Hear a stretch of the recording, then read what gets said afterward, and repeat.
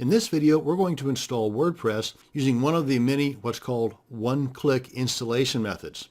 Now, while there is a few more than just one click involved, you will see just how easy this method is in just a second. Now, before we get started in the WordPress creation process, I'd suggest that we first get our ducks in a row by creating a desktop folder to keep all the files dealing with our new WordPress site in. Files like our login details, images, future content, and whatever else you can think of that will have anything to do with this site can go into this particular folder. The alternative is that 6 months or a year from now, you're going to spend several minutes or hours looking for your login credentials or those expensive header images you bought for this site or your backup files, and you're going to hear my voice whispering in the background, "I told you so." So avoid the headaches and the hassles. Just spend a few minutes now, create that desktop folder, and you'll be in good shape down the line when you really need it. This so-called one-click method requires that you have access to one of a few different applications that create programs like WordPress on your server in as little as one click of your mouse button. Now, the one I'm going to be using in this demo is called Softaculous, but all of these applications work pretty much the same way. So once you've logged into your cPanel control panel, go ahead and scroll on down until you come to the module that says Software and Services, and in here is where you're going to find one of those little icons for that particular application. And again, in this case, it's Softaculous. Go ahead and click on that icon. That'll open up the application page, and you just select WordPress. And up on the top here gives you the various tabs to learn more about the program WordPress. But we're going to go ahead and just click on install to keep the video moving along. And I'm going to install it on the HTTP protocol because I do not have an SSL certificate attached to my domain. And if I have multiple domains in this cPanel, hit the drop down arrow here to select the one you want to install WordPress on. And if you want to install WordPress on a subdirectory of that domain, then just type the name in here. Make sure that that directory does not currently exist, because this application will create it for you. But I'm going to install WordPress on the root directory, so I'm going to delete that. I'm going to leave the database table prefix just the way that it is by default, and under the site settings I'm going to leave these as they are by default as well. I'll show you here before the end of the video on where inside of the administration section of the installed WordPress program you'll be able to change these later on. Now, this is probably the most important section of the entire installation process, and that's where you assign yourself an admin username, admin password, and an admin email address. The email address is populated by default with admin and your domain name. I would suggest you create an email address, if this isn't one that's already in existence, that you either create one that is like this or replace this with one that is active that you have access to on a regular basis. But the main thing you want to take away from this is do not use admin as your username. Make it pretty difficult to guess. And the password, you've got the key off to the right here that will create a password for you that's somewhere in the neighborhood of 60 out of 100, which is doable. But if you want to get closer to 100 out of 100, just add additional characters. They can be upper or lowercase letters, they can be numbers, or even special characters. And be sure to copy this information and paste it onto a document somewhere in your organizational files, because you will need this at some point in the near future. And let's come on down and select the language. I'm going to leave mine at English. And under Select Plugins, I'm going to go ahead and check that box to install Limit Login Attempts. This is a great plugin. Unfortunately, it has not been updated for a couple of years, but it's still a great plugin. It works. It does what it's supposed to do, and that is, just as the name implies, it limits login attempts. If somebody's going to sit there and try to continue to guess your username and your password, then they're going to be locked out. Now, there are other plugins that will do this as well, so you're not limited to just this particular plugin for that action. But I'm going to go ahead and install it anyway. You can always go back and uninstall it later on and replace it with a different plugin. Under Advanced Options, you can learn more about each one of these items by just hovering over the I at the end. But I'm going to leave all of these alone. Even the backup, I'm going to leave that as Don't Back Up, because I'll be using a third-party plugin to do the backups for me. If you're not going to be using a third-party plugin, you should definitely have a backup going on. And to use this one, you just select whichever one you want, whether it's once a day or once a week, depending upon the amount of content you're regularly adding, would depend on which option you go with here. And then choose the amount of backups you want to store on your server. You should never go with unlimited, but 4 is a pretty good number to go with. But again, I'm going to go with don't backup. And you can choose a theme if you want to go ahead and install one from this application, but for the time being, I'm going to leave this alone. And here's the one-click part of this entire installation process. After you've got things set up the way you like, click on that button once and it's installing WordPress for you. And we're good. Click on this link here to actually see the site. That's the current theme that it's on, and I believe that's the default 2015 theme. And if you want to log into the backend area, click on this link and have your username and password handy. And you'll only get this warning popping up if you elected to install that plugin Limit Login Attempts. So at this point, we want to go ahead and put in our username and password, and then click on Login. This is the dashboard area. And if you come over here to Settings, General, this is where you can change the site title and tagline. And under Appearance, Themes, it's where you would go in and add additional themes and change the current theme to whatever you would want. And that's it. That's going to bring us to the end of this video on using one of the one-click installation applications to install WordPress on your server. Thanks for watching, and you have a great day. In this video, we're going to install WordPress manually, which does take a little bit longer than the so-called instant methods, but there are more security measures built into this method, and this way you're always going to be installing the most recent version of WordPress. But first, to keep things organized, go ahead and create a folder on your desktop relating to this WordPress site. Name it whatever you want. Inside this folder, you should keep things like your images, your text or spreadsheet documents that contain the login credentials, your backups, anything related to this particular WordPress site. You should have one place on your computer to go to find all those goodies. Okay, that's out of the way. Now, there's basically 4 things we're going to do to create our WordPress site. We're going to go to wordpress.org and download the most recent installation files. Then number 2, we're going to unzip those files and upload them to our server. Now at this point, I need to assume that you've already got a domain name and a web hosting service. And you should also determine at this point, are you going to be uploading or installing WordPress on your root directory or on a subdirectory? Meaning, whenever you type in the URL to your WordPress site, is it going to be mydomain.com? Boom, there's your WordPress site. Or is it going to be in a subdirectory where you type in mydomain.com/blog? Either way you want to do it is totally fine because the installation process is exactly the same. It's just where are you going to upload these files to? Number 3, we're going to build a database. And number 4, we're going to add our database to our WordPress site. And that's basically it. So let's go and get to work. Now I've already taken the liberty of going to wordpress.org and downloading the most recent installation files. And I want to point out that in a zipped up format, it's just a little bit over 6 megabytes. But whenever we uncompress those, as you can see as I hover over this, it's almost 17 megabytes. And most every installation process recommends that you upload these files here. So I open that up. And this will take twice as long than if you were to upload a single zip file. But if you're going to do that fast way, as I'm about to show you, you have to send the right zip file. So you cannot send the zip file that you downloaded from wordpress.org. That's not going to work. So first, unzip them. And I do that in my Windows machine by right-clicking and then left-clicking on Extract All. Navigate to the location on my computer where I want those files to be extracted to. Click on Extract and we're good. And then you come up with something like this. Then open that folder and expose all the files. Then select the top file or folder in this case. Hold the Shift key down on your keyboard, select the bottom file, and that selects all the files. And then just pick one of these files in here, it does not matter, and then right-click and then compress, or in my case, send to compressed folder. It'll zip all these guys up into the one file right here, and that's what I'm going to upload to my server. But first I want to point out that if you click on this README file, it opens up in your browser, and this gives you some more installation tips, updating tips, and so on. So when you get a chance, check that out. Now we head over to our file manager in our cPanel control panel and upload that zip file. Click on Upload, Click on Choose File.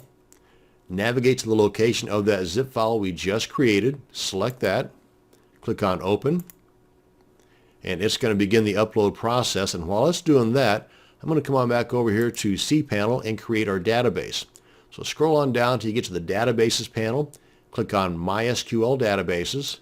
And if I'm going too fast for you, well, that's what the pause button's for. Now we want to create our database here, create a user here, and then tie the two together down here. And I'll get to that here in just a second. But first, let's create our database.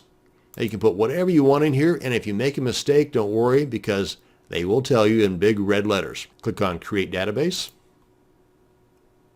Copy this, but whenever you do this, make sure you do not copy that period at the end, because that's not part of the name. I'm going to go ahead and paste this on a document that I got stashed away here. That's going to hold the database name, the database username, the database password, and a new database prefix. But I'm getting ahead of myself here. Let's go ahead and paste this right here. It'll all make sense here in a second. Oh, and by the way, this stuff here, these are the username and the password for my WordPress administrator area. Again, I'll get to that here in just a second. So click on Go Back.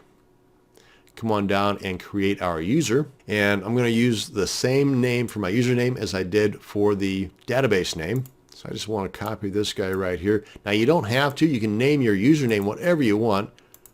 But this is just a habit I've gotten into. Now we want to create a strong password. And I do that by using the password generator. Copy this. Check that box saying that you did copy that. Click on Use Password. Click on Create User. And I'm going to paste that password right here. And remember, my database name and username are exactly the same. So we're good there. Click on Go Back. Now we need to tie the two together. If you've got multiple databases and multiple users, make sure that you select the proper ones from this drop-down arrow. Click on Add. Click on All Privileges. Click on Make Changes. Click on Go Back, and our database is all complete. Now we come on back up here, make sure our upload is finished. It is. Click on Back to Home. Select that file that we just uploaded. Come on up here and click on Extract.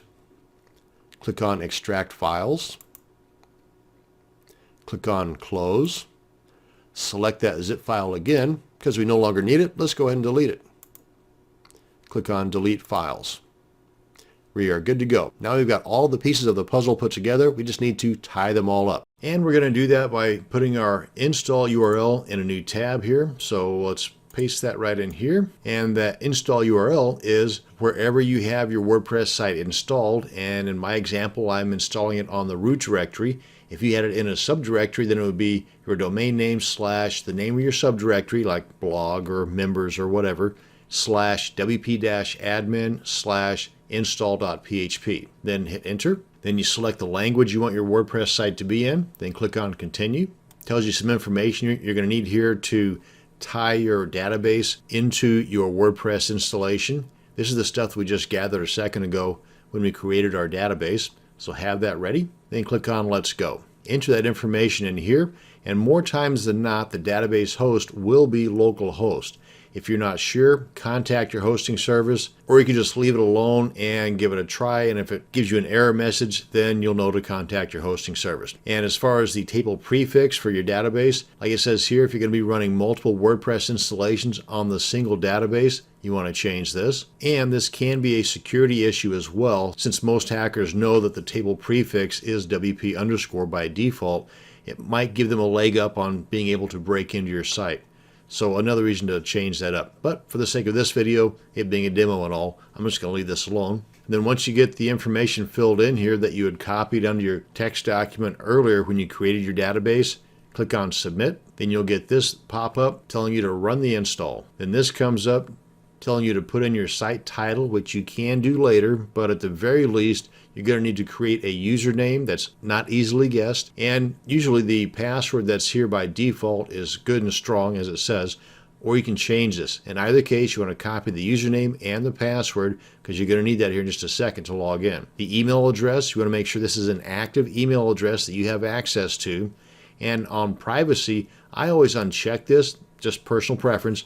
That way, the search engines will usually not index my site until I'm ready for them to. In other words, after I've got content in there, I've got all the things set up the way that I want it to be set up. Then once you get all the blanks filled in and your username and your password copied, click on Install WordPress and you get the success message. Yay! Now then click on Login and enter the username and the password that you just copied to your text document. Then click on Login. And this is our dashboard area for the admin area. Now then we come on down here to Settings. Now basically we're done at this point, but if we come on down here to Settings and go to Reading, right here is that box that you want to untick whenever you're ready to have the search engines come and index your site. Because whenever I unticked that box on the install process, it automatically checked this box. Because this says discourage search engines, so if you want to discourage them, make sure that box is checked. But whenever you want to encourage the search engines, come on back in here and uncheck that box, click on Save Changes, and you're ready to rock and roll. And that is how you can manually create a WordPress site. Thanks for watching, and you have a great day. This video will cover the basic after installation cleanup. Now, most all of the actions in this video are optional. I do, however, feel that they are important enough to at least let you know of them so you can then decide if you want to spend the extra few minutes to do them or not. The first thing that I do is to log into my cPanel control panel and then go over to the File Manager and access the root directory of my WordPress installation. So if you had installed WordPress on, say, a subdirectory like blog or members, then you would want to navigate to where you see these files here. But in my demonstration, it's in the root directory. So first thing is, depending upon the installation method you used, if you still have the wp-config-sample.php file, go ahead and select that.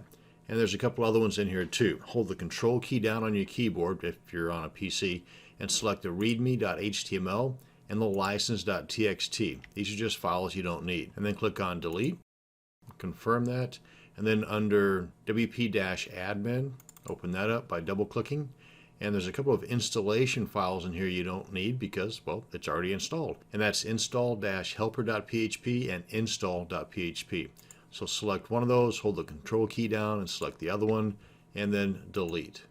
Confirm deletion. And that's all from the file manager that we're going to mess with. So we can go ahead and close this out. And now let's go ahead and log into the dashboard area of our WordPress site. And if you've not done that before, then enter the URL to your WordPress site /wp-admin, hit enter, and you'll be presented with a box for you to add your username and your password, and then just log in. That'll bring you to this page, which is the dashboard page, and we'll just kind of start at the top.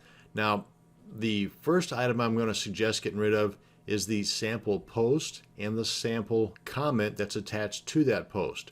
But if you want to keep this placeholder to kind of give you a visual guide as to how they look, for example, this is that first post right here, and if you want to keep that, then by all means do so. I'm going to go ahead and trash it, and it's still available in the trash heap.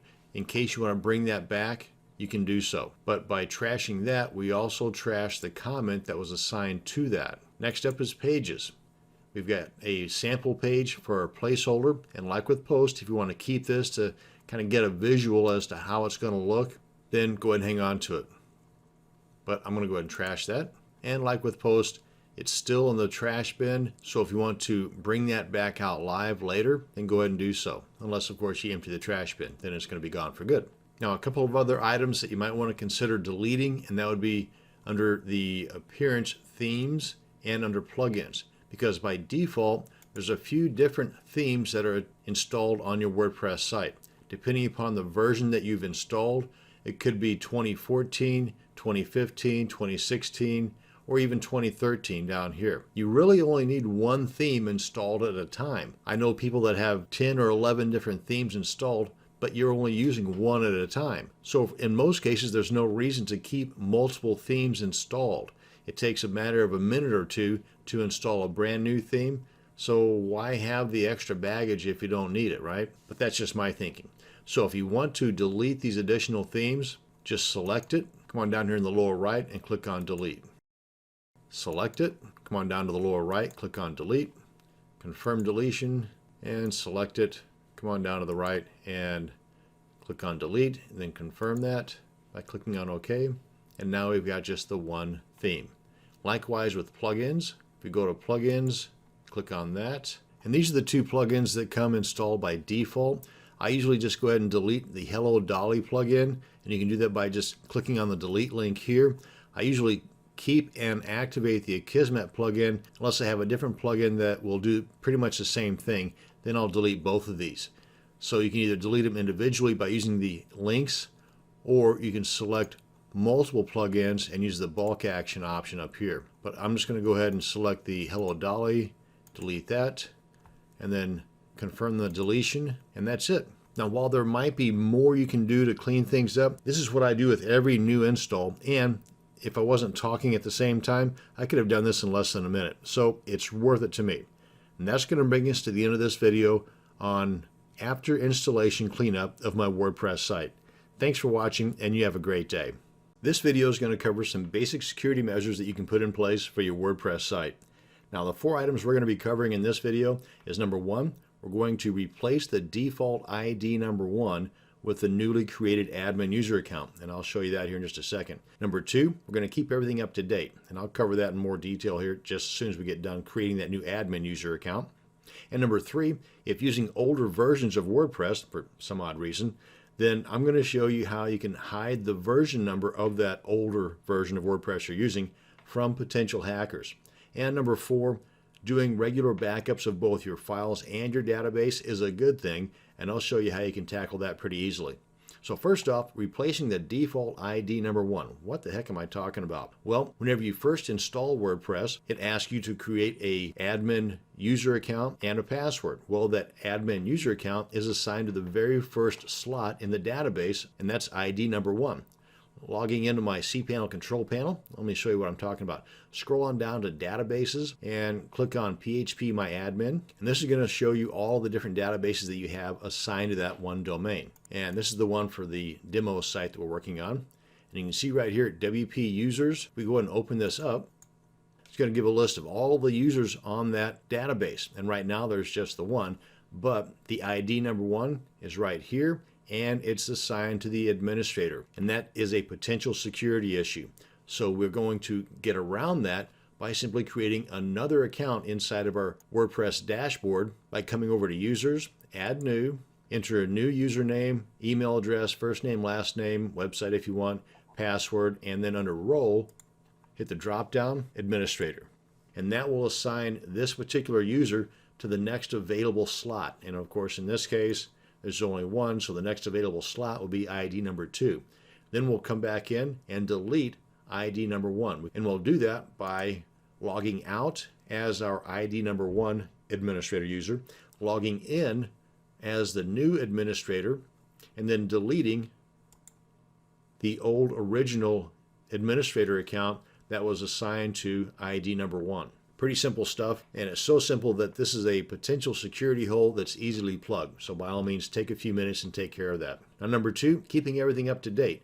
Now, what I'm referring to here is keeping your plugins up to date. When a new version of a particular plugin that you have installed comes out, update it. Likewise with themes and with the core WordPress files. Now, the one thing about the themes and the plugins, those need to be updated immediately as soon as the new versions come out. As far as the core WordPress files, I'm in the camp that you should wait at least 7 days before updating to a new version. But if it's listed as a security update, then go ahead and update that immediately. Otherwise, on new versions of WordPress, sometimes there's some lingering compatibility issues between the new version of WordPress and some plugins or themes. So let somebody else find out about those on their site, and that can take about 3 to 5 days. So again, new versions, wait a few days. Security updates, update immediately. Other than that though, update your plugins and your themes immediately. And number 3, if using an older version of WordPress, you want to hide the version number from the potential hackers, because older versions of WordPress are known to have security issues. And that's why hackers love people that don't update their WordPress sites. Let me show you what I'm talking about. I'm in the Chrome browser, so if you're in a different browser, this might look a little different to you. But just right click and go to View Page Source. And you can see here the version 4.3.1. What we want to do now is we want to be able to hide the version. Because if this says 3.2, then the hackers, doing just what I just did, will be able to gain access based on whatever security hole there was in that older version. So we want to be able to hide these version numbers, and there's a couple of ways we can do this. We can fiddle with the code that would require us to create a child theme and other time-consuming actions, or we can simply install and activate a plugin in a matter of seconds. Here, let me show you. Let's go and get rid of this. Come on back into our dashboard area. Come on over to Plugins. Go to Add New. And up here in the Search Plugins box, type in Meta Generator and Version Info Remover. That's a mouthful. Then hit Enter, and it should be one of the first ones that pops up. Right here, Meta Generator and Version Info Remover. Go ahead and click on Install Now. Activate. And it does have an additional item that pops into the settings here. But if we click on that to go look at it, you can see by default everything that we need is already done. But if for some reason there's something that you want to exclude from this, then you can enter those URLs right here. Let's come on back here to our home page and refresh. Right click, View Page Source, and you can see those version numbers have been eliminated. And lastly, number 4, doing regular backups of both files and database. Now, what do I mean by regular? Well, that depends on your own situation. If you are regularly adding new content daily, then you might want to consider doing a daily backup. If you're only adding new content once a week or once a month, then do your backups accordingly. This can be done a couple of ways. An easy way is by automating this with the plugin. Come on over here to our dashboard area again. Come on back to Plugins and go to Add New. And there's quite a few plugins and third-party tools that can do backups for you. But again, we're talking about both database and files. Do a search for Updraft. Full name is Updraft Plus, but yeah, that's right here. Updraft Plus Backup and Restoration. And as you can see by this brief description here, it's a complete backup. And you can do it manually or schedule it. The backups can be sent to Dropbox, Amazon S3, Google Drive, FTP, and it's fairly popular too. Go ahead and click on Install Now, activate, and then come on down to Settings, and then click on Updraft Plus Backups. And between the updraftplus.com site and their FAQs, you've got plenty of information here on how to set this up and to put this to use for both manual and automating the backup process. Now, there are many more security measures that you can put into place to help keep the bad people out, but for now, the items covered in this video will help keep your site safer than the sites that do not have these basics in place. That's going to bring us to the end of this video on basic WordPress security. Thanks for watching, and you have a great day. This video is going to walk you through a tour of your WordPress dashboard. Now, the WordPress dashboard is the central location of all the content management features in your WordPress site. You get there by typing into your browser's address bar up here the URL to your WordPress site /wp-admin. Then go ahead and hit enter on your keyboard, and then you're going to be prompted to add your username and password in a little box that pops up here in the center. Then whenever you do that, you're going to be brought to a page that looks similar to this. Now, along the top here is your admin bar, and it has several different links to various parts of your WordPress site. Over on the far left, you've got this icon here for WordPress, and if you hover over that, you get this little drop-down menu. Next to that is the title of your WordPress site and a little house-looking thing. If you click on that, or this link here, it says Visit Site. That's going to take you to your main page of your WordPress site. Then next to that, you can access comments. Then next to the comments link, moving to the right, you have the new link where you can add a new post, new media, that's like videos and images and such, new page, and new users. These can also be accessed over here in the far left column, otherwise known as your main menu. But getting back up here to the far right on your admin bar, you have your name or whatever name you're logged in as, and to the right of that is your gravatar or the image that represents this name that you're logged in under. And in this little drop-down box here, you've got a few features. Whenever you hover over your name, that'll take you to your profile page. Likewise with this guy here that says Edit My Profile, just click on that. It'll take you to the same page. And then here we'll log you out. Now here in the middle, we've got the various modules that can be moved around or even removed by clicking on the Screen Options tab up here at the top right.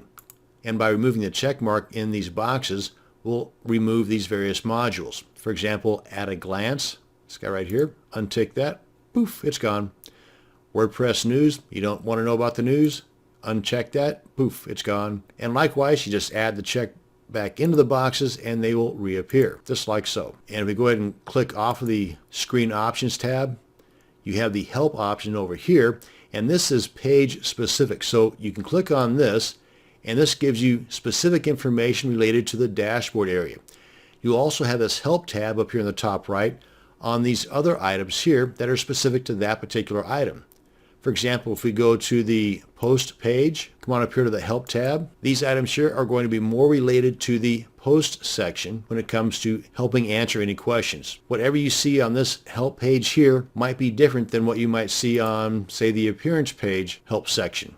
This is more related to the themes. So now if we take a closer look to the main menu over here on the left, you see the various titles here and the little flyout menu whenever you hover over these items. Being brand new to these, they might not mean a whole lot to you, but you'll get accustomed to them over time. Post, just like it sounds, that's where you add a new post. Now whenever you click on this link here, the flyout menu pops down below that item. And you can still access each and every one of those links just by clicking on them. And then moving on down, we've got media. That's where you can add things like images or video or audio files, pages, comments, and appearance. That's pretty important because that's where you can add and customize the various looks or themes of your WordPress site.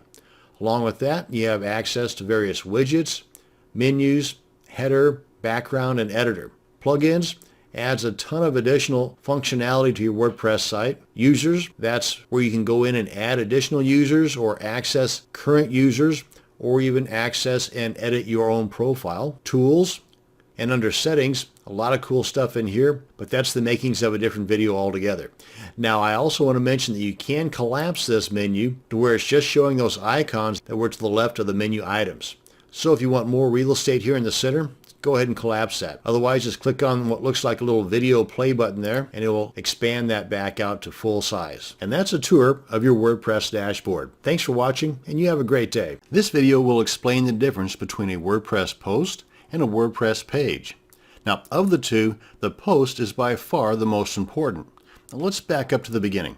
The post has been around since WordPress first began, and the page was not introduced until version 1.5 back in 2005. You see, with version 1.5 onward, you could now create static pages like your contact page or your about page that are not part of any blog post. And here's a couple other differences between the two. Pages are a one-off content holder, and posts are a series of content within a WordPress site that can be related to one another or not, but are by default shown in reverse chronological order, meaning the most recent post is at the top and the older posts are below that. And pages can be parents or children of one another, but posts cannot. Posts, however, have tags and categories, but pages do not. And by default, you can use custom page templates, but you can't with posts. Posts have different post types, static, video, audio, depending upon the theme that you're using, and pages do not. And you can create as many different pages as you want, just like posts, and posts show up in your RSS feeds, but pages do not. And that's going to bring us to the end of this video on the differences between your WordPress post and your WordPress page. Thanks for watching, and you have a great day. In this video, we're going to cover the WordPress page and how to create one. And to do that, we need to first log into our dashboard area, and I've already done that here. And if you've not done that before, then in the browser's address bar up here, you want to put in the URL to your WordPress site, followed by a /wp-admin, hit enter, and then a box is going to pop up prompting you to enter your username and your password, and do that, you'll then be brought to this page. At this point, you want to come on over here to the left and click on Pages, and that'll bring you to the page that contains a list of all of your pages that have been published, scheduled to be published, or are in draft mode. And you'll see that over here on the far right, and the date will be listed right above that. And you can get to the page editor of that particular page by clicking on the title, or when you hover over this section here, these options will be displayed, and you can click on Edit to get to the full editor, or if there's just a couple of minor items, then you can click on the Quick Edit, and you'll be presented with this option here to make just a few of the minor edits, but not the full page edit. Or you can trash it, or you can view it in your browser. And to create a new page, you can do that a couple of different ways, by coming over here to the far left and clicking on Add New under the Pages section, or on the Pages page, you can come up here and click on Add New, or in the admin toolbar, you can hover over the word new and you'll get this drop down and you can click on page. That'll bring you to the page editor where you can enter the title and the content of that new page. And as soon as you enter the title up here in the title bar and click outside of that, WordPress will assign it the slug or the URL to that page. And if you decide later on that you want to edit the slug, maybe make it smaller or change it altogether, you can do that by clicking on edit, make the change, click on OK, and then if you've already published this page, you'll have to come over here to the right and click on the update button, because this button over here will reflect if it needs to be published or if it needs to be updated or if it's going to be scheduled for a later publication. And I'll cover that here in just a second. But getting back to the editor box, you've got these formatting options here that are very similar to the formatting options of most any other document processing program like Microsoft Word or OpenOffice.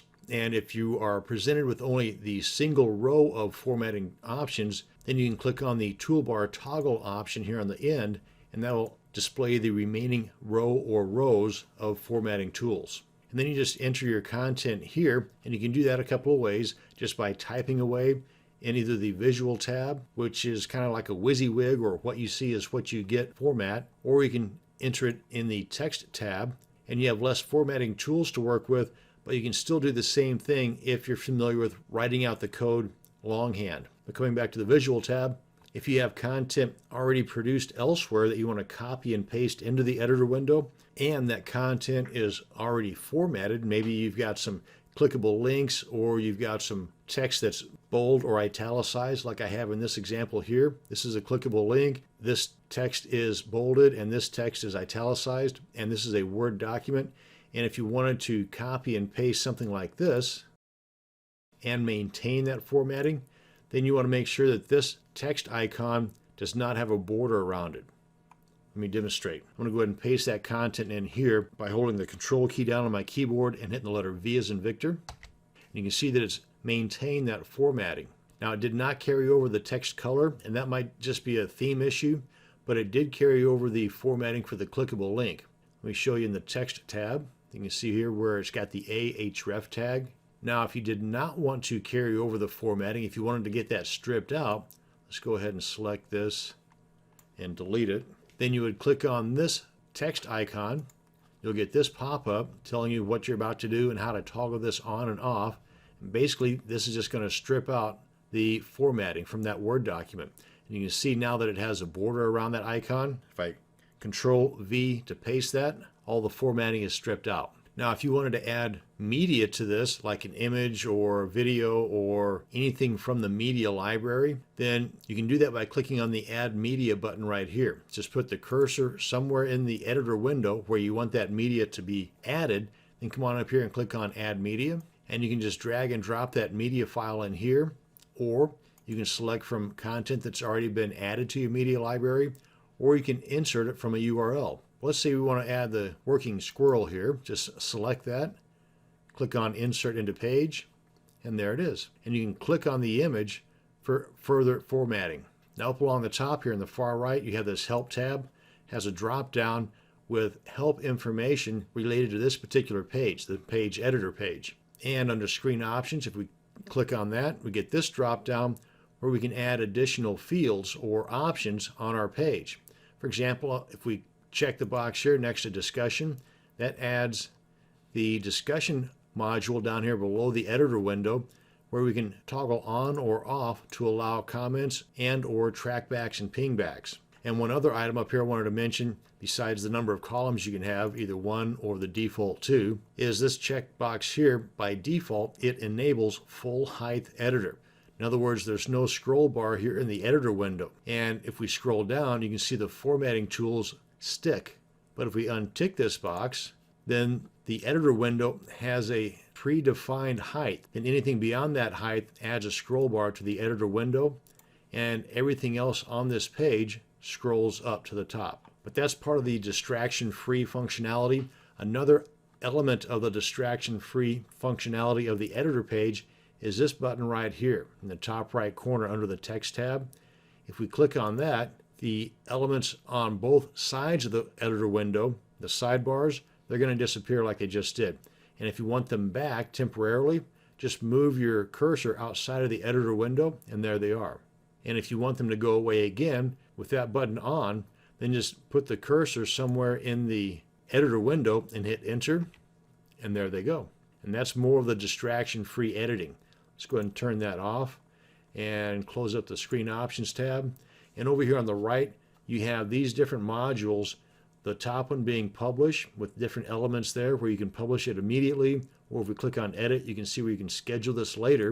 And if we change that to a later date and hit OK, you can see that Publish button changes to Schedule. You can also save it as a draft if you want to just come back later and work on this to finish it up. And under visibility, by default, once it's published, it's going to be visible to everybody. You can change that by clicking on Edit and make it password protected or private so that only people that have access to this URL will be able to see it. And whatever changes you make here, be sure to click on OK. Otherwise, you're not going to stick. Oh yeah, let's come on back here and make this today, so I can get the Publish button. Then you've got page attributes, and depending upon the theme that you're using will depend on the number of templates that you have to choose from here. And if you'd like to add a featured image, then you have that option right here. And these modules can be moved around too. If in the title area you get that 4 arrows, left click, hold, and drag your mouse, and you can move those around. And then whenever you're finished editing, just go ahead and click on Publish. Oh, and you've got the preview option there as well. And then once it's published, you can see that that Publish button changes to Update. In case you come back in later and make any adjustments, be sure to click on the Update button to make those adjustments stick. But you also have the Get Short link in case you want a shorter URL than the one that's actually generated. If we come over to View Page, this is the normal URL, but you can get that short URL if you'd rather. And that's going to bring us to the end of this video on the WordPress page. Thanks for watching, and you have a great day. In this video, I'm going to show you how to create a WordPress post. And to do that, we need to log into the dashboard area, which I've already done. And if you've never done this before, then up here in the browser's address bar, you want to put in the URL to your WordPress installation, followed by a /wp-admin, then hit enter, and you'll be presented with a login box that's going to ask you for your username and your password. Enter that stuff, hit the enter key, logging you into the dashboard.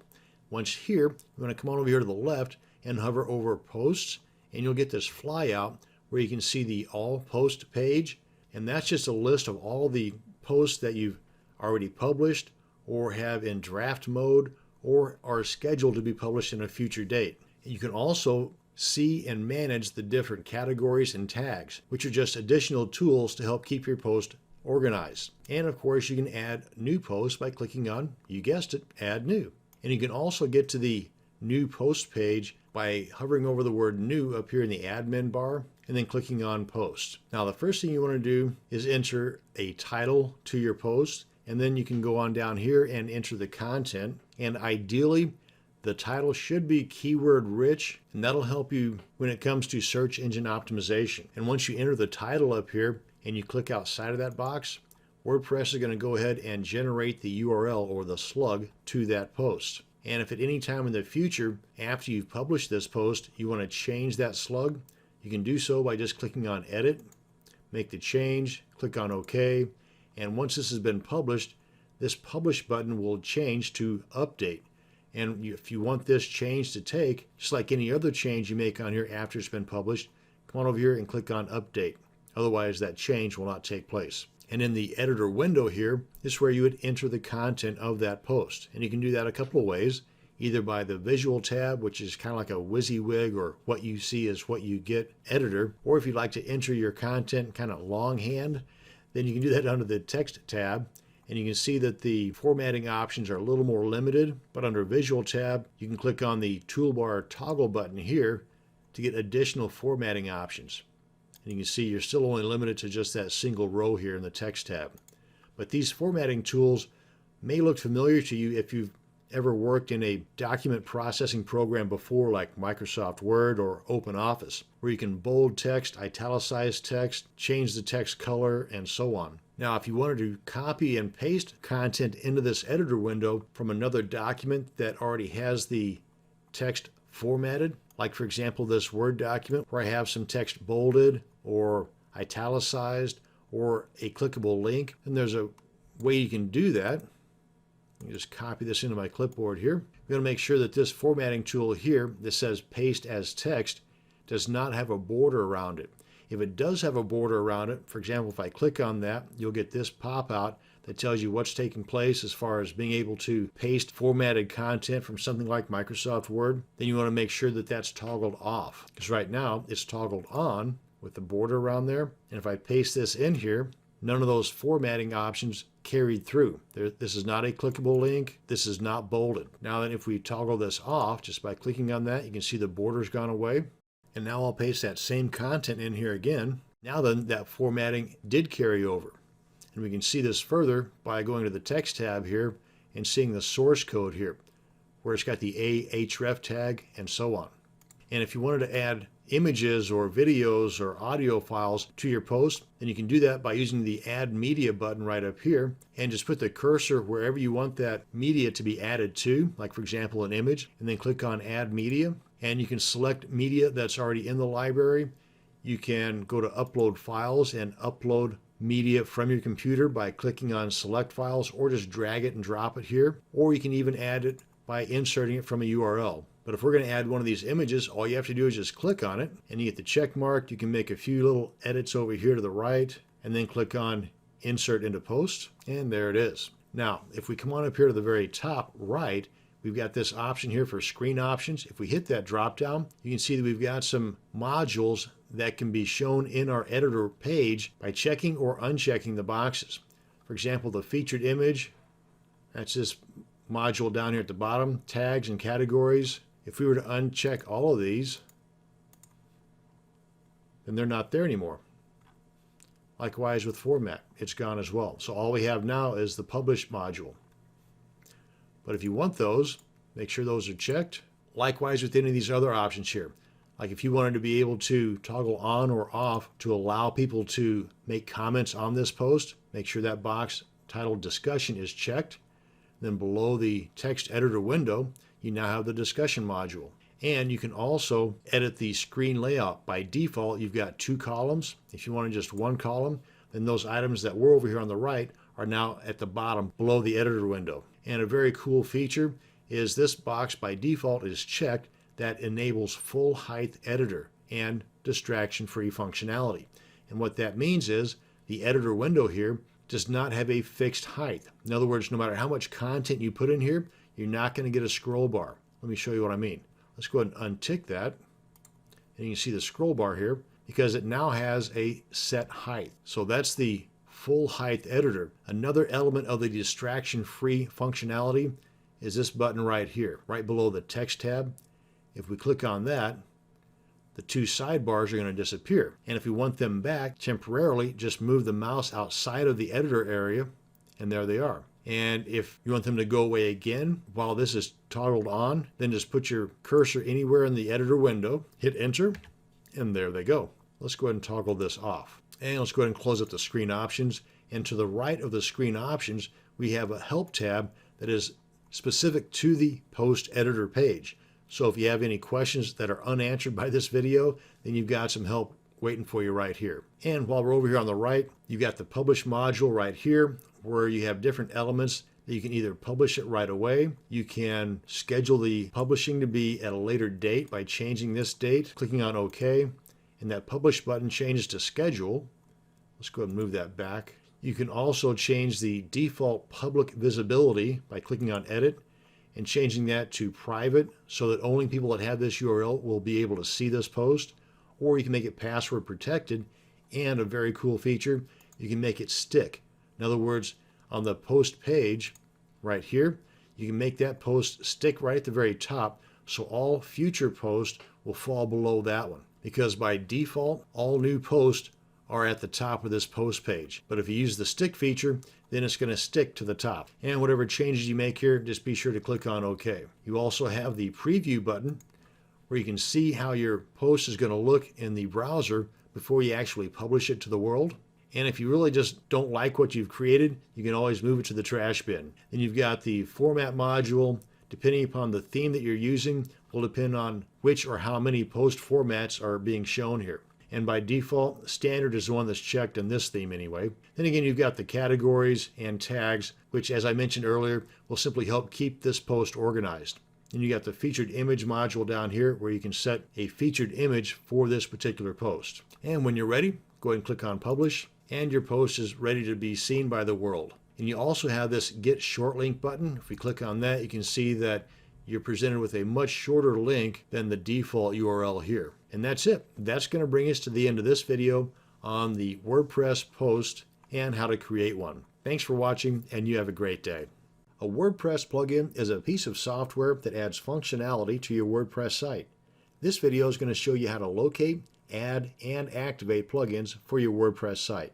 Now, there's actually a couple of different ways you can add plugins to your WordPress site, one being installing from within your WordPress site, the other being installing from an FTP client like FileZilla. And I'll show you that in just a moment. But for the time being, I'm at wordpress.org/plugins. And at the time of this recording, you can see that there's over 40,000 different free plugins available for you here in the WordPress plugin directory. And you can search through these plugins by way of just checking out the featured plugins or by those that are popular based on how others have rated these various plugins. Or if you've got a free account here at wordpress.org, then maybe you've gone through and clicked on the favorites link on various plugins that you've got experience with. Well, they're going to show up right here once you log in. That can come in pretty handy later on whenever you're wanting to install all these plugins on a brand new WordPress installation. But let's go back to popular for a second, and let's just try Akismet. If we click on this, you'll be presented with the details of that particular plugin, where you can click on the download button here, and that will download a zipped file to your computer, which is what you'll need to do if you're going to be using the FTP method that I'll show you here in just a moment. You've got the description of the plugin, you've got installation information, and the change log that gives you an idea as to what changes have taken place throughout the lifespan of this plugin, download stats, support, reviews, developer information, and so on. Now, if there are several different plugins that you're deciding upon, well, one way that will help you decide which one will work best for you is how many installs has that particular plugin had? When was the last time it was updated? What kind of a rating does it have? So if you've got two plugins that do the same thing, one's been installed over 1 million times, the other one's been installed 10 times, and that one that's been installed 10 times was last updated a year ago, well, chances are that's going to help you decide which one of those plugins you want to stick with. But this is the wordpress.org site. Let's head on over to our dashboard area of our WordPress site, and I'll show you how you can locate and add plugins from within your WordPress site. Now, I've already logged into my dashboard area, and if you've never done this before, then up here in the address bar, you're going to type in the URL of your WordPress installation, followed by a /wp-admin, hit enter, then a box is going to pop up asking you to enter your username and your password. Go ahead and do that, click on login, and that'll bring you to the dashboard page. Then over here on the left, you'll see this link for plugins. If you hover over that, you'll get this flyout with 3 options, at least 3 options anyway. One of them is going to be editor, which you should stay away from unless you really know what you're doing. The other 2, add new, you probably guessed that one right. That's where you go to add new plugins, or the installed plugins page. Let's go ahead and click on that. And this is going to show a list of all of the currently installed plugins. Whether they've been activated or not doesn't matter. If they've been installed, they're going to show up right here. And you can also click on the add new button up here at the top, and that's where you can go to add new plugins, as well as the link over here to the left. As you can see, this looks pretty close to the same as it does over here on WordPress.org's plugin page with the same exact information, only now it's showing up from within your WordPress site. So you can do the search here by featured, popular, recommended, or those favorites. Now, if we click on favorites here, all you have to do to get those favorites of yours to show up here is to enter your username that you registered at WordPress.org with. Click on Get Favorites, boom, they're going to populate right there. And you can install them all from right here. But if we come on back here to say Featured, and we click on Akismet here, you get this pop-up that gives us the exact same information as we got from WordPress.org. But to install a plugin from here, you simply click on Install Now, or if you've downloaded a plugin from WordPress.org, then you can upload that zip file by clicking on this link here. Upload plugin, choose the file, just go to the location of that zipped file that you downloaded from WordPress.org and upload it from right here. And that has to be a zip file, just like it says right here. Let's go on back here. But if you're going to install directly from this page, just simply click on Install Now and then Activate Plugin. It's that simple. Now, depending upon the plugin that you just installed and activated, you may get messages up here at the top of the page similar to this one. And you can also see here on the plugins page the differences between these two. One is activated, one is not.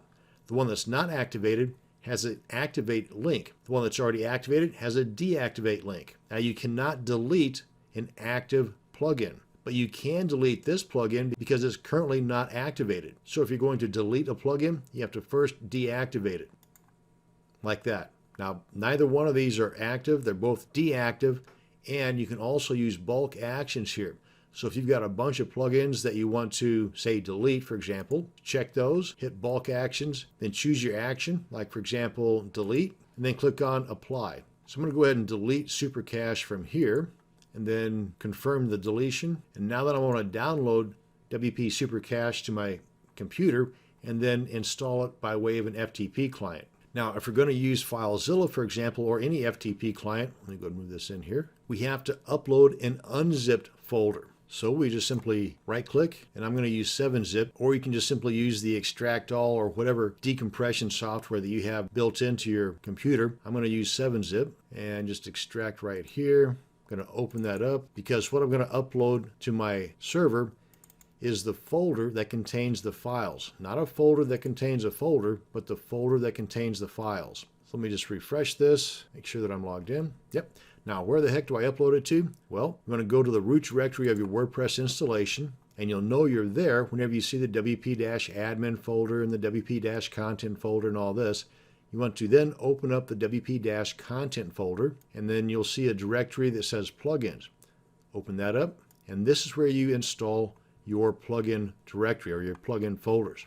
And over here on the left, I've got that unzipped folder right here. And if I open that up, this is the folder that contains the files. That's the one that I want to upload. And then I just left click, hold, and drag it on over. And now that it's completely uploaded, we're done with FileZilla. Let me go ahead and get out of this. Come on back to our plugins page on our WordPress site. And let's go ahead and refresh this.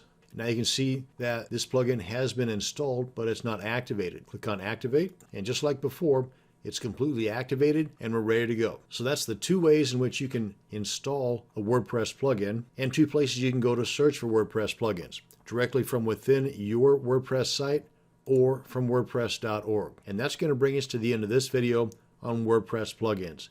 Thanks for watching, and you have a great day. A WordPress theme allows you to change the look of your WordPress site, and not just the color or the layout, but also things like the font style or size and color of the links and a whole lot more.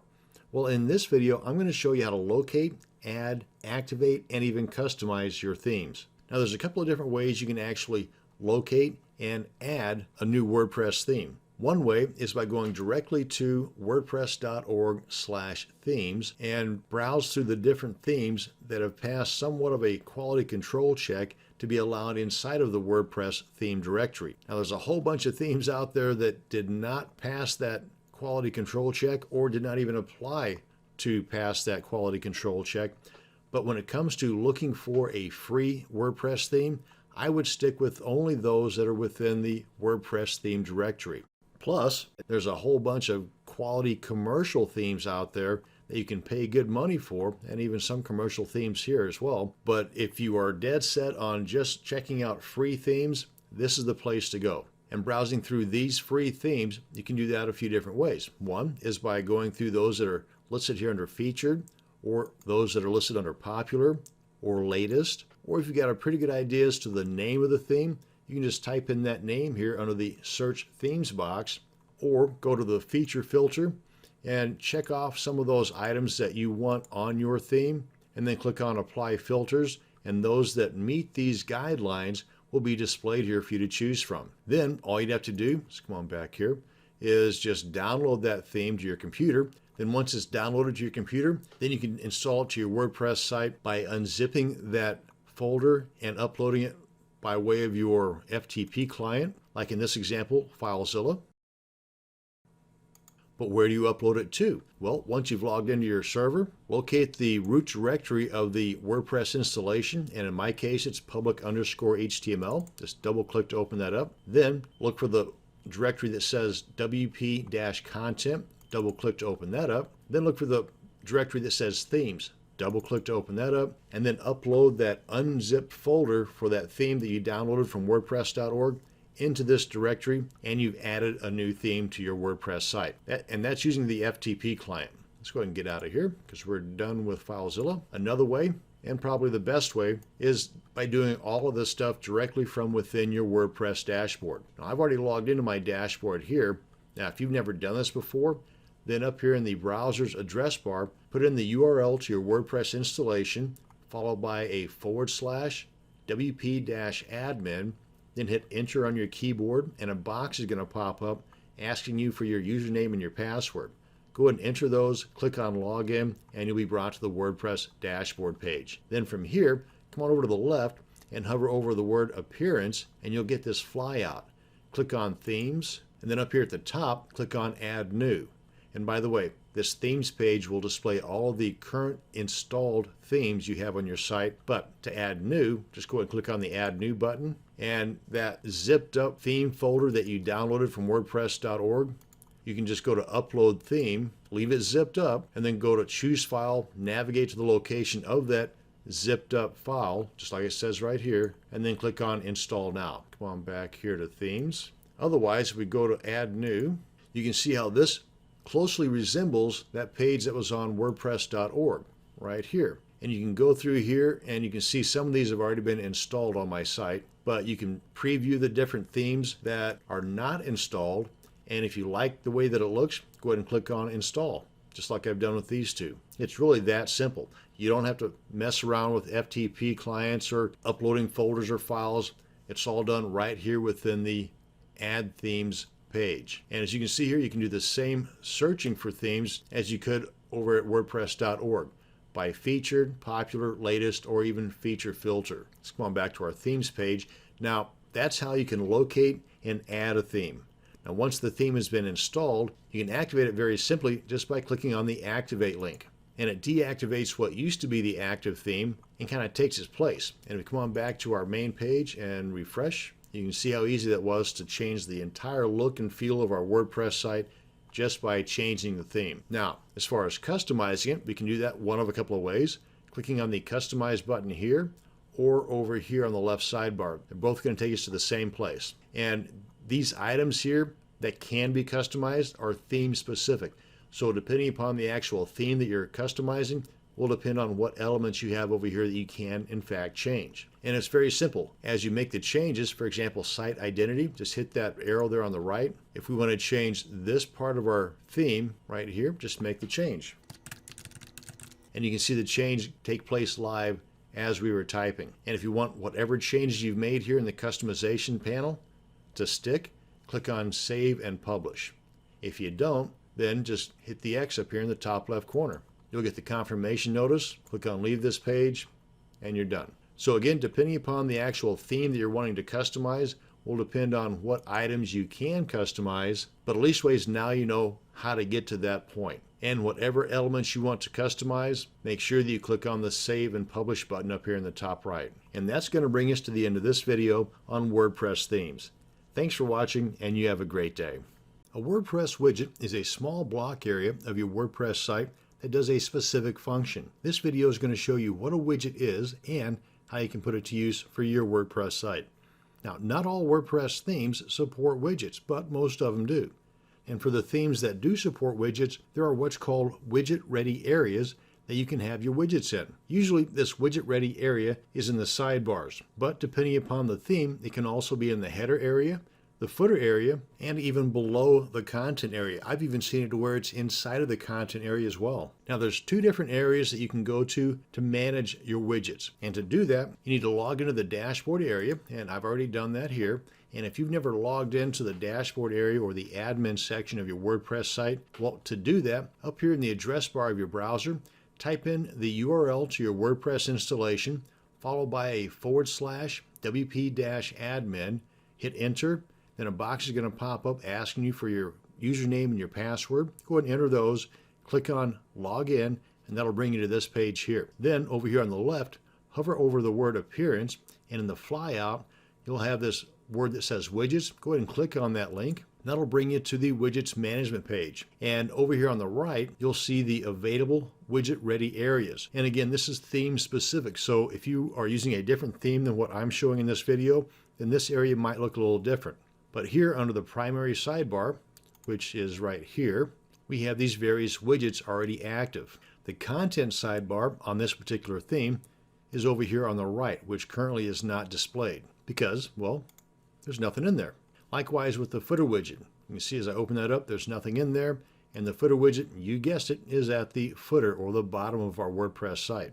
Now to add widgets, you can do that a couple of ways. You can left click, hold, and drag that widget over to the widget ready area that you want, then let go of your mouse, and it will open up with the different available settings for that widget. Go ahead and make whatever adjustments you want, click on save, and the widget is now in that particular widget ready area. Let's go on back here and refresh. And there's that calendar, the widget that we just put in the footer widget ready area. Now, if you no longer want this widget in that area, but you want to keep whatever settings that were made, then there's a section over here on the left called inactive widgets. And like it says here, just drag those widgets and drop them right down in here, thusly. And those settings will be maintained. So if sometime in the future you want to add that widget to another area or even back to the same area that it was in, then you won't have to worry about reconfiguring whatever settings there were in there. So that's one way, left click, hold, and drag. Another is simply to left click and you'll get this drop down that displays the different widget ready areas, and all you have to do is just left click on that, click on add widget, and it's that simple. Then whatever adjustments you do make in here, be sure to click on save, otherwise you're not going to take. Let's go ahead and get rid of this one, because if I no longer want this in that widget ready area and don't care to save any of the settings, just click on delete. Boom, gone. So that's one area in which you can manage the different widgets, adding, removing, and saving. Another area is by coming up here and clicking on manage in customizer.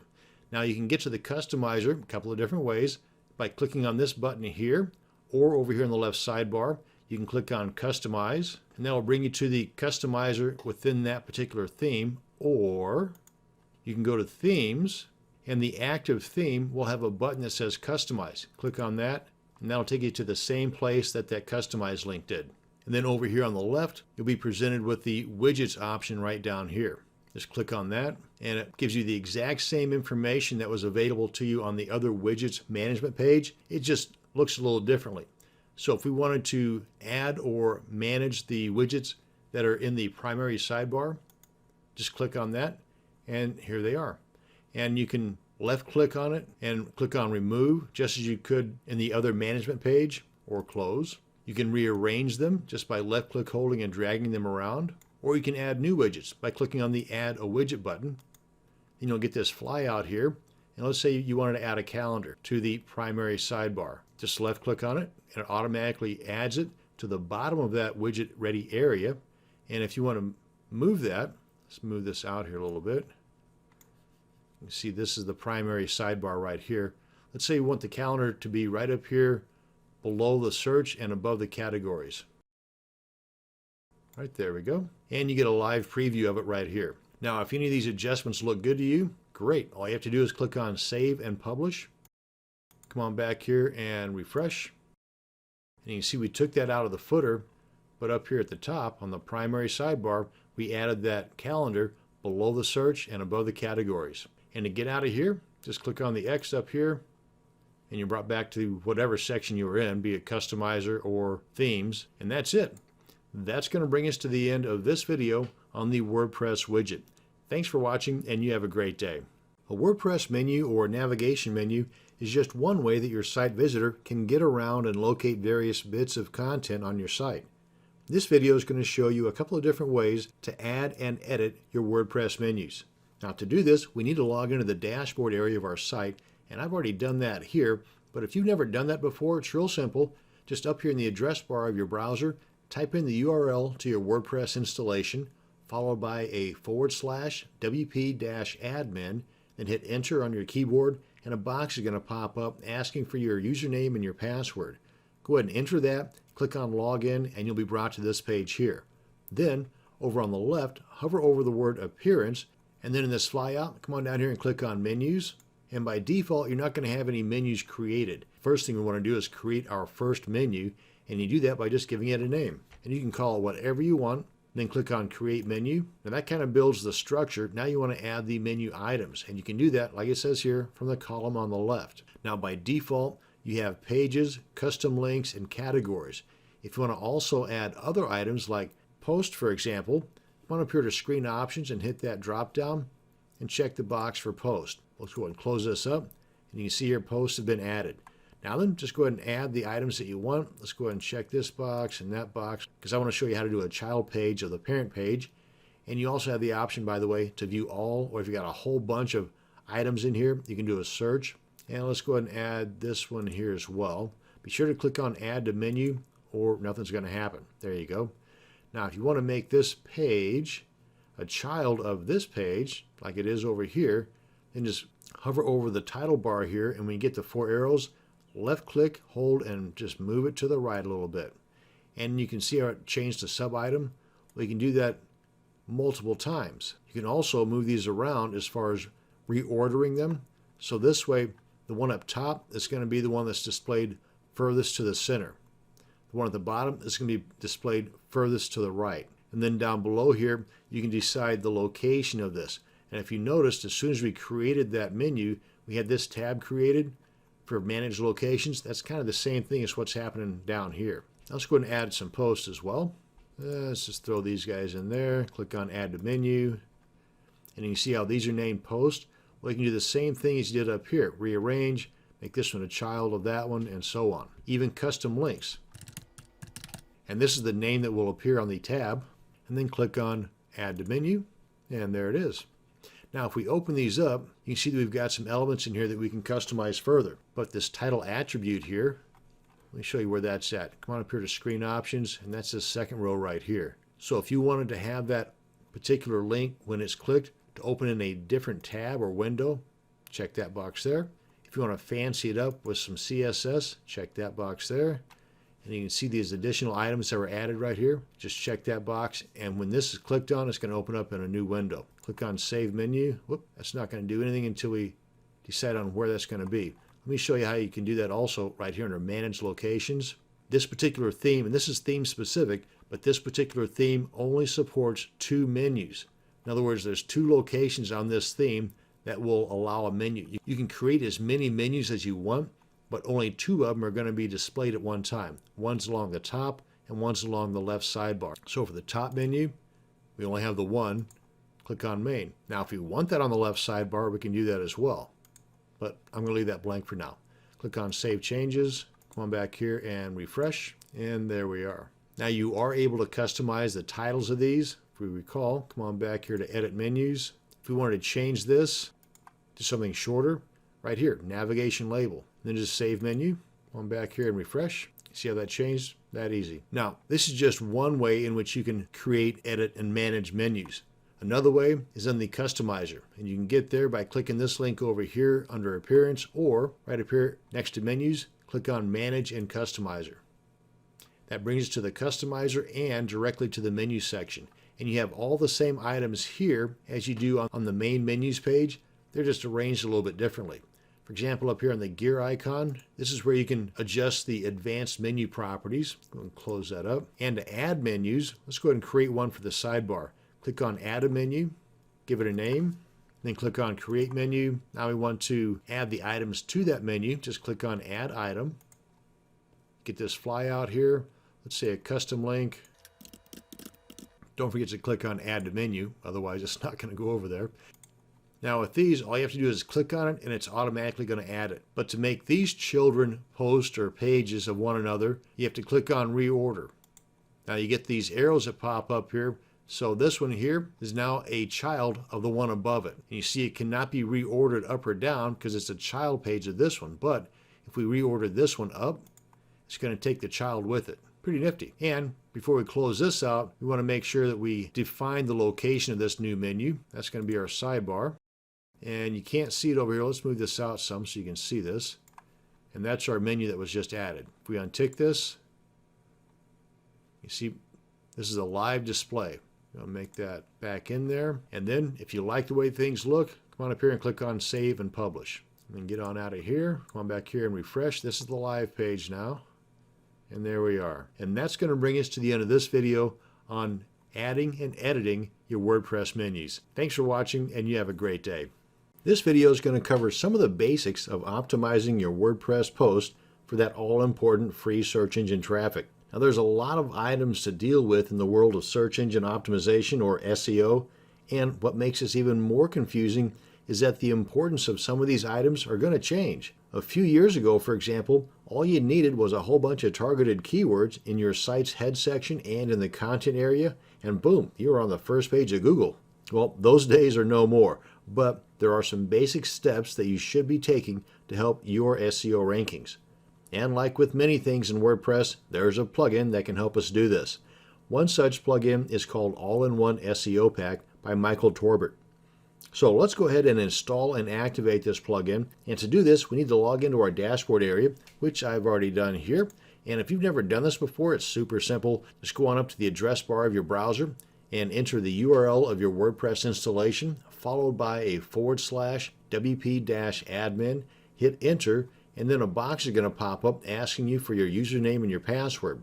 Go ahead and put those in, click on login, and you'll be brought to this page. And once you're here, come on over here to the left sidebar and hover over the word plugins, and in the flyout, click on add new. Then up here in the search plugins box, type in All-in-One SEO Pack, then hit enter.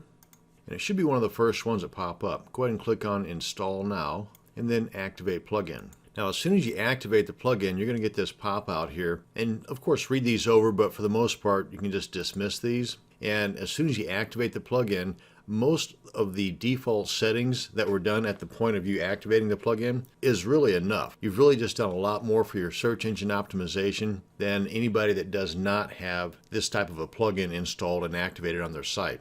But let's go ahead and take a look at some of the settings. Now, it does appear up here at the top on your left sidebar. So we're going to go ahead and check out the general settings, and you get this other flyout here. You can go ahead and read that and then dismiss it. And I suggest going ahead and signing up for their mailing list, but just coming on down the line here, if you want to learn more about each one of these options, you can just click on the word or the question mark over here to the left, and you'll get this little drop down to give you more information. And there's also some clickable links in there as well to learn more. But like I said, most all of the default settings are just fine, but I do suggest that you go ahead and enter a title and a brief description for your homepage. And you have certain limitations here as far as the amount of characters you can use for the title or description. The keywords I really wouldn't worry so much about because they're not used as much nowadays as they were in days gone by. And having said that, the keyword settings that appear on each of your post editor pages, I myself just disable this because, again, they don't really mean that much anymore.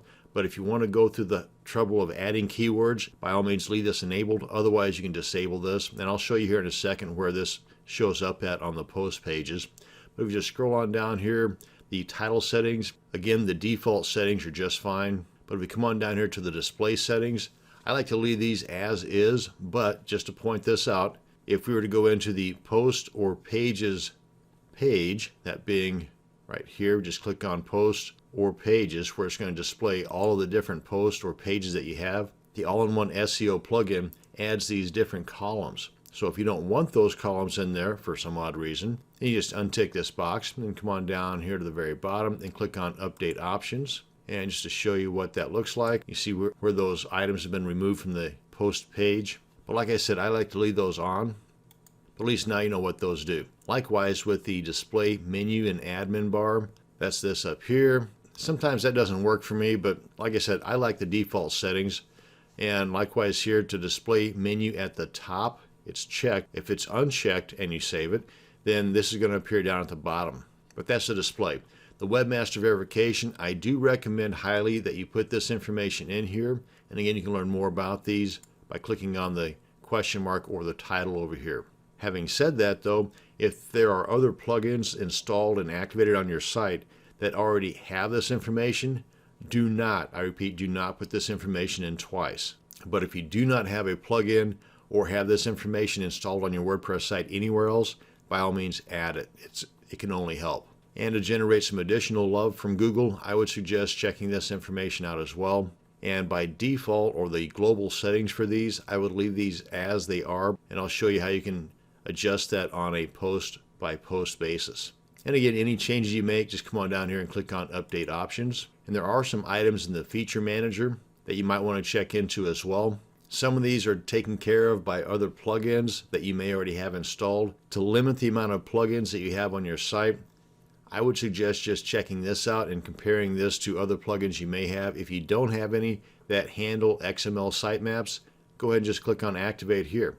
Likewise with social media, robots.txt, bad bot blocker, and so on. But that's the general settings of the all-in-one SEO pack. Now let's head on over to a new post and go through the creation process of an optimized post. Of course, you want to put in the title here and the content here. So with the title and the demonstration post in here, and if you scroll on down, you can see that All-in-One SEO Pack has added this additional module to our post editor page.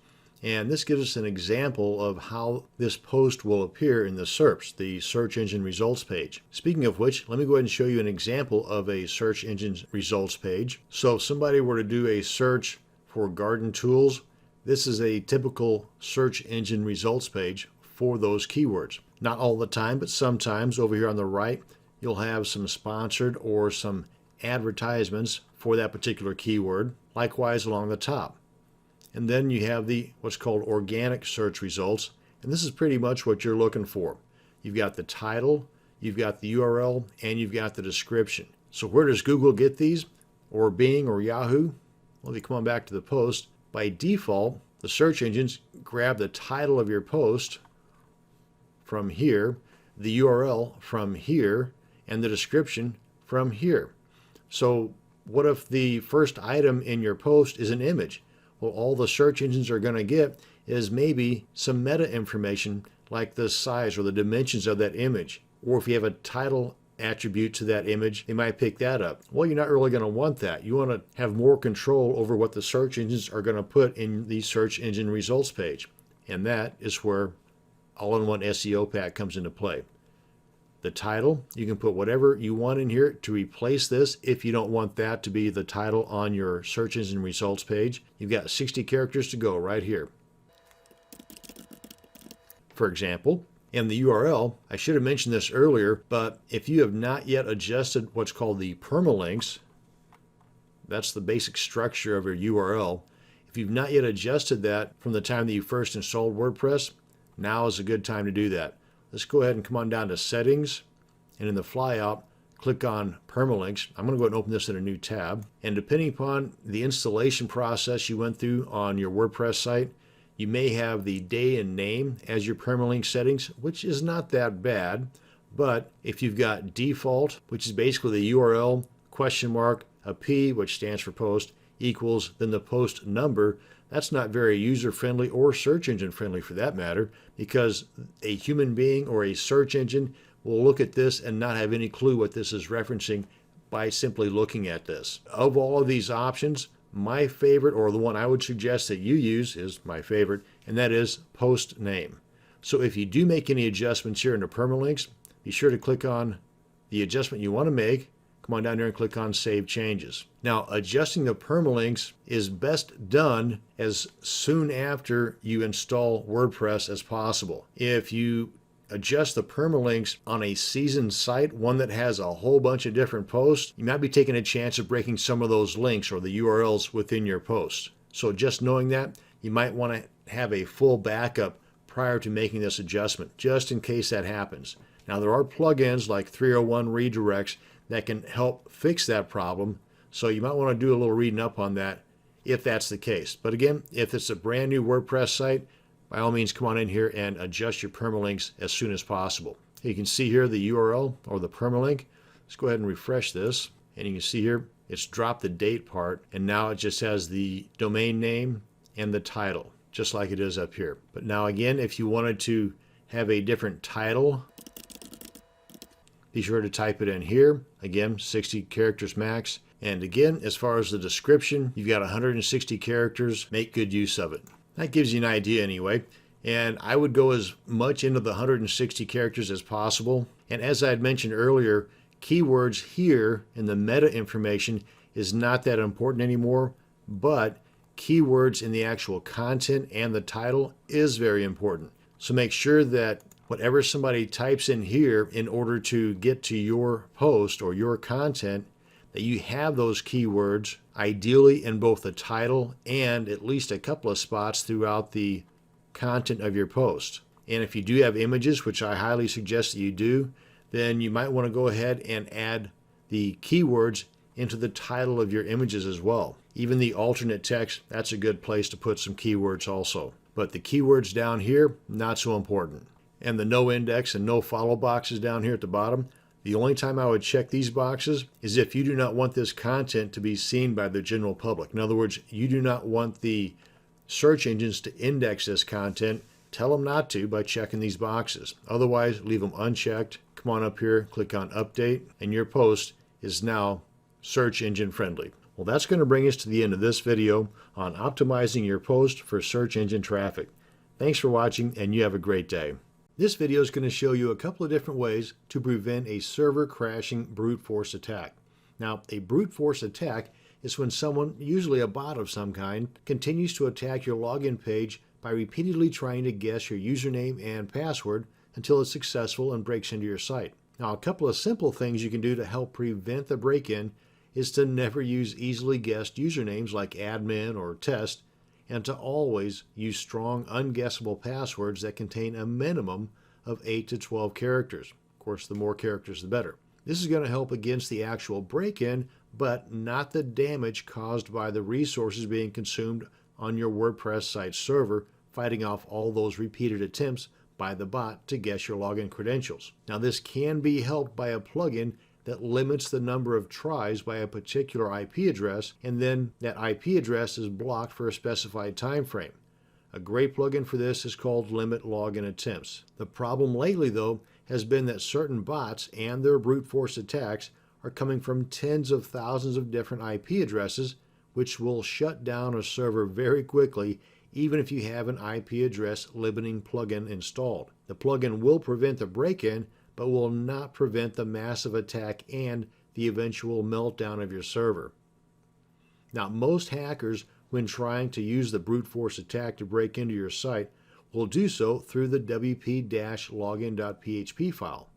Now, there are lots of quality plugins that will change your wp-login.php file to something else, so instead of the login URL being mydomainname.com/wp-login.php, which the hackers are targeting, these plugins will make it something like mydomain.com/login or mydomain.com/oh no you don't, or any other custom name to that particular file. Now, this fix will stop the brute force attackers dead in their tracks, but usually these plugins also have a ton of other settings that require very careful adjustments or your site's going to break. So basically, all we need is a plugin that's going to change our login URL, not use a ton of our server's bandwidth, and is super simple to configure.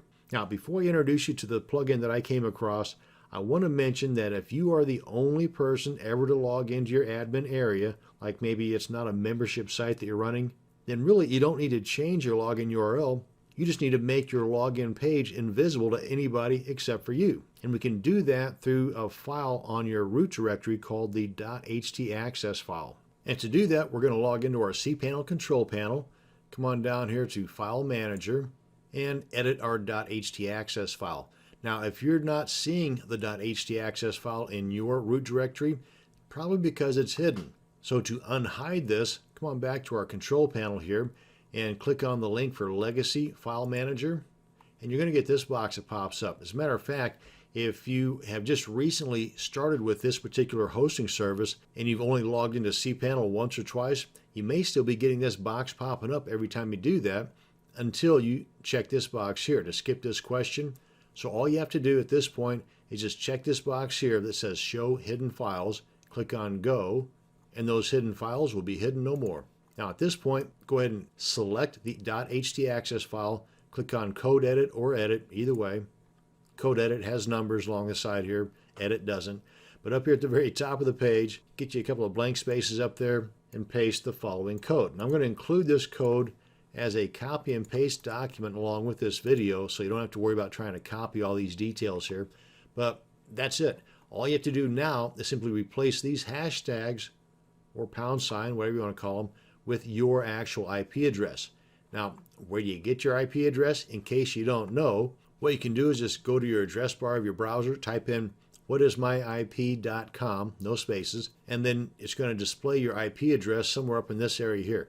Copy that, paste it in place of these hashtags, save, and what this will do is it will basically hide your wp-login.php file from anybody or everybody except for anybody that has this IP address, which is basically you. Keep in mind though that if you have a what's called dynamic IP address, in other words one that changes regularly, then whenever you log into your WordPress site, you're going to get a forbidden page. Don't sweat it. Just find out what your IP address is again, come on back in here, put your new IP address in here, and you're good. And that also holds true with if you log in to your WordPress site from various locations.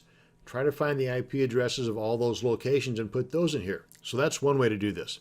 And don't forget to click on save too. But if you don't want to go that route, and you definitely don't want to go that route if you've got a membership site, in that case, you're going to go with the plugin version. And that's what I'm going to show you now. Now, while there might be others out there, this is the one that I'm going to go with. WPS Hide Login. Does exactly what we're looking for and nothing else. Super lightweight, super easy to configure. So let's install and activate this. Let's head on back to our WordPress site, log into our dashboard area, and this could be the very last time you log into your dashboard area this way. But if you've never done this before, super simple.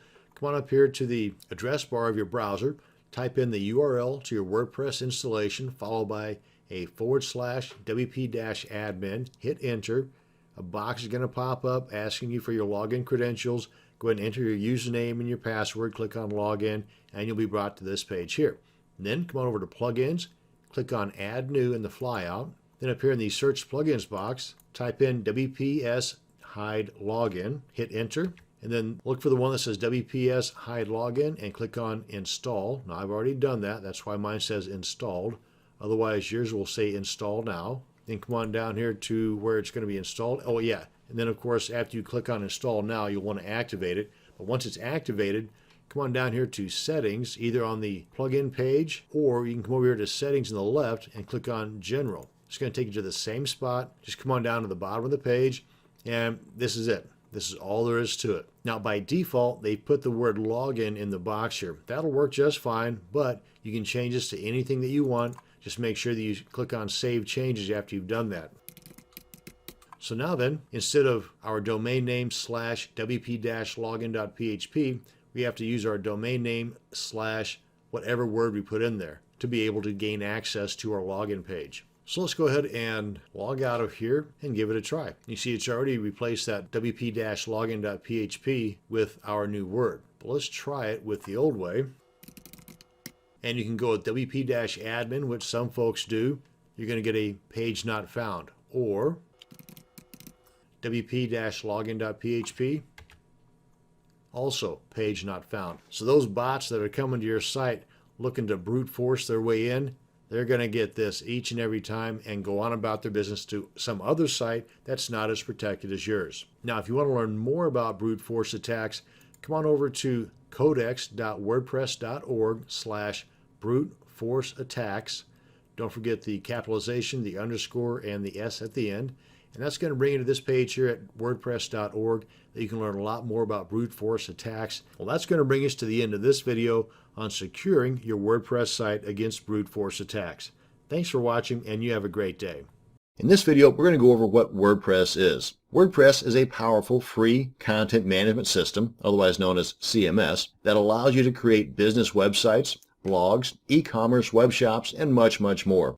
WordPress was created in 2003 as a blogging tool, but has since grown to be a full-featured, powerful website creation tool used by millions of individuals, organizations, and businesses around the world. Some users of WordPress include Google, Coca-Cola, Sony, the New York Times, Harvard, and many others. WordPress is an open source project, meaning that there's a large, thriving community of people working on its continued development. And as with all open source projects, the full-featured, powerful software is completely free, along with the core tools there are thousands of plugins, both free and premium, that greatly extend the functionality of WordPress, so you can accomplish even more with your website.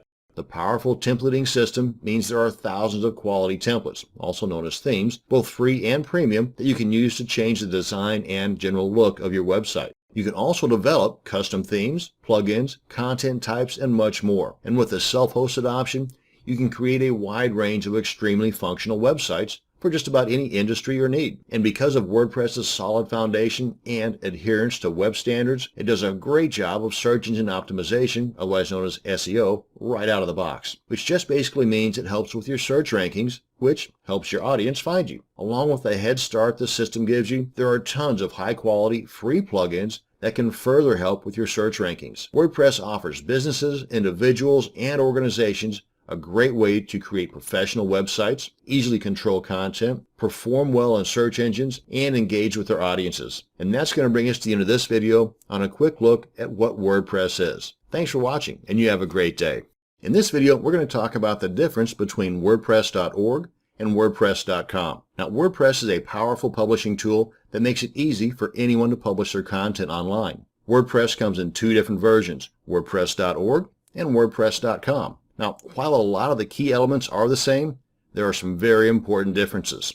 For example, WordPress.org is a self-hosted solution, meaning the full-featured, powerful software is completely free. You are, however, responsible for getting a domain name, a web host, which is basically a company that actually hosts the files for your website, otherwise known as your server, and you're also responsible for installing the software. Now, most hosts offer an easy-to-use, what's called a one-click install option for WordPress because it's a pretty popular tool. While you are responsible for hosting and maintaining the site when using the self-hosted option, you are 100% in control of your website and the content on your website. You can use custom themes, plugins, analytics, and best of all, monetize your content and generally customize the site as much as you'd like. Now, WordPress.com, however, is a commercial service targeted mainly towards bloggers. Using the WordPress system, you can create a free blog, which includes managed hosting and a yoursite.wordpress.com domain name. Now, there are several limits, though. You will not be able to upload custom themes or plugins. You will not have direct access to the files on the WordPress.com server, and advertisements are going to be displayed on your blog. You can, however, upgrade your account and pay additional yearly fees for a custom domain name,